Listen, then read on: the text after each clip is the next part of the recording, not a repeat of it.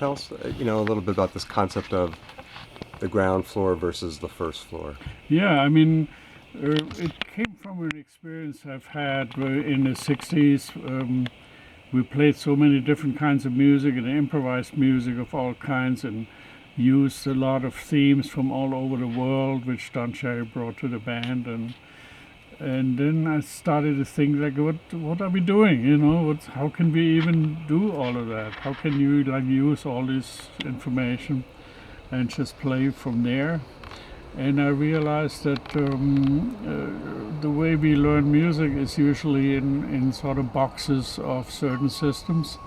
And it's sort of as if you were starting building a house in the first floor rather than having a ground floor, for what's common to all the music.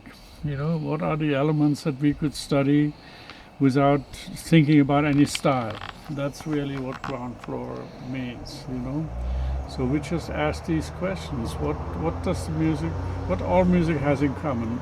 And you find it in rhythm and you find it in sound. That's the basic elements all around the world, that are the same. I don't know about other planets, but on this planet it's like that, right?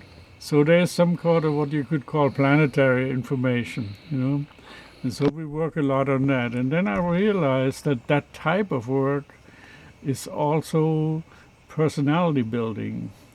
That means because you're beginning to understand sound and rhythm not from a point of view of a certain system or style, but you as a fundamental experience as a person, And then you find out that you have different experiences from other people and maybe even different